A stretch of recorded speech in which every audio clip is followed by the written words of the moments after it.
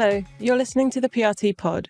Today we're going to be talking to Fiona Tripp and Paul Bridges about our tailored solution for smaller schemes and how it can benefit our asset management clients. Don't forget to like and subscribe so you never miss an episode.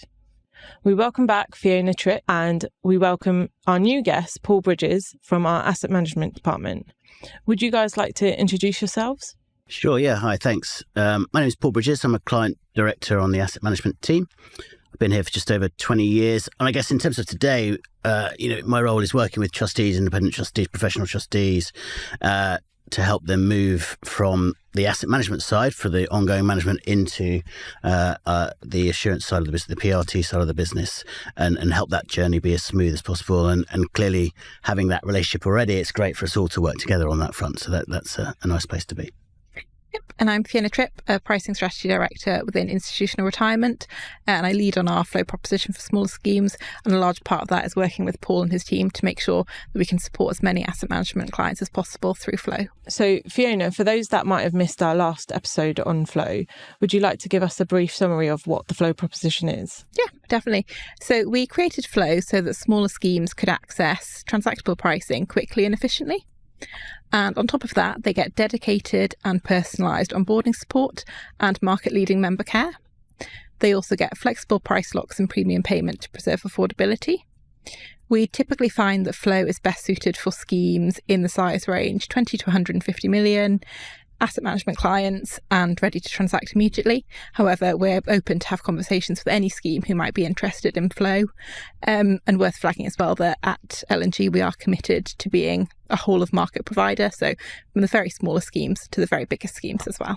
Great. And Paul, to bring you into this, how does this solution benefit our existing asset management clients? We've worked with many of our clients for 10, 15, 20 years. So it's a privilege that they've been with us that long, and it's nice to help them move on to potentially flow and know that, fundamentally the members underneath it, but the trustees can pass on to legal and general insurance and take that relationship on an ongoing forward. And building on that, working with them through the time is great for us to do. There are probably four things I would say that are useful. Initially, it's managing the assets, so getting ready in preparation for potentially passing over your assets to insurer. So we can work with the scheme, with our solutions team, lining up assets to make them ready to move across. Then when they do look to move, we've got a relationship with Fiona and her team, and clearly talking to me, and we can make that as smooth as possible. Transferring the assets themselves, that's a big one in terms of most of the time we're able to transfer those at zero cost. That potentially saves the scheme, the trustees, the employer, potentially 1 to 2%, up to 1 to 2% in transaction costs. I'd say, I guess the last part is the bit about when we do hand over. I've worked with these people for a long time. It's nice to know that they and the members will be secured with a UK company that's, committed to the market for the longer term. Great. And Fee, are you able to give us a bit more transaction specifics around this? Yeah, I think the key benefit when it gets to the transaction itself is the certainty and visibility that trustees have of how their price will move from the point that we issue it all the way through to the contract being signed. So I guess taking it step by step, at the start of the lock, as Paul says, we're typically able to lock to a scheme's assets exactly as they are. So that means the scheme doesn't have to spend money restructuring their assets and getting them in the right shape for the lock. We can just lock to them as they are. And then at the end of the lock, we can novate the assets on any day, so you're not tied to a weekly dealing date. And we can also novate them at mid-cost rather than bid, so you're kind of saving on transaction costs at the end as well. As I said, it's just that certainty and visibility of exactly how our price will move throughout that entire period. Great. And can you guys share any examples of cases where we've engaged with asset management clients and used the flow proposition? Yeah, there's definitely lots of case studies. So in 2024, 90% of our flow cases were asset management clients, and we expect similar proportions in 2025.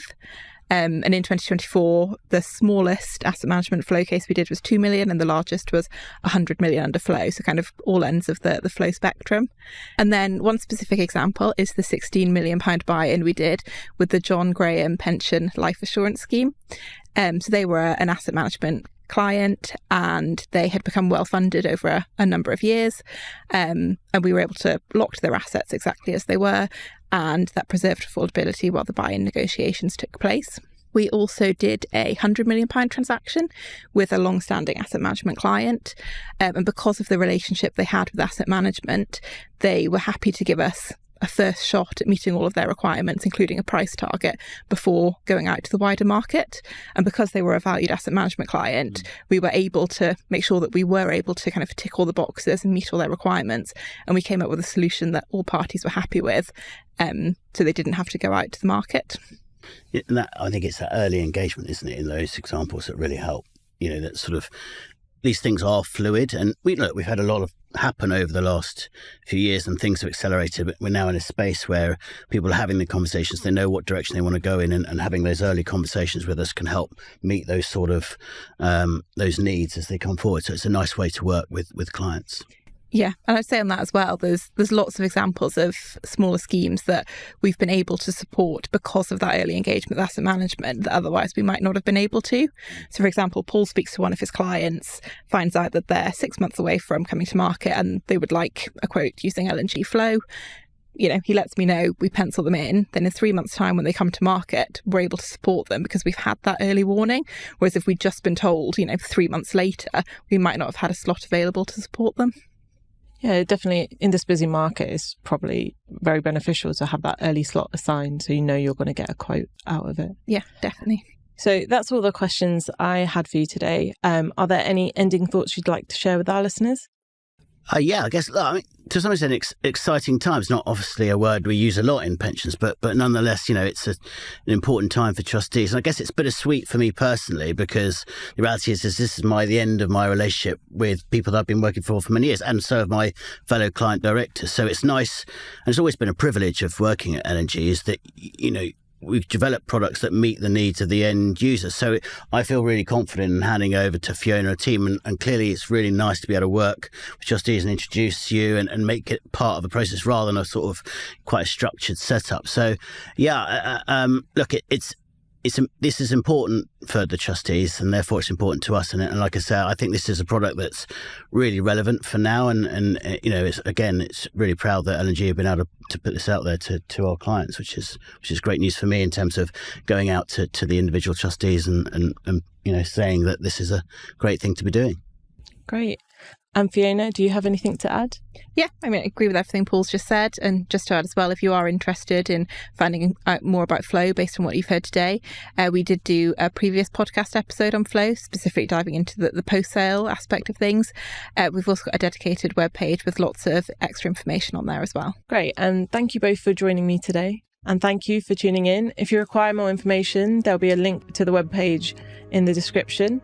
Alternatively, you can reach out to your asset management client director or your PRT contact. I'm Roshni Sakaria, and this is the PRT Pod. Don't forget to like and subscribe so you never miss an episode.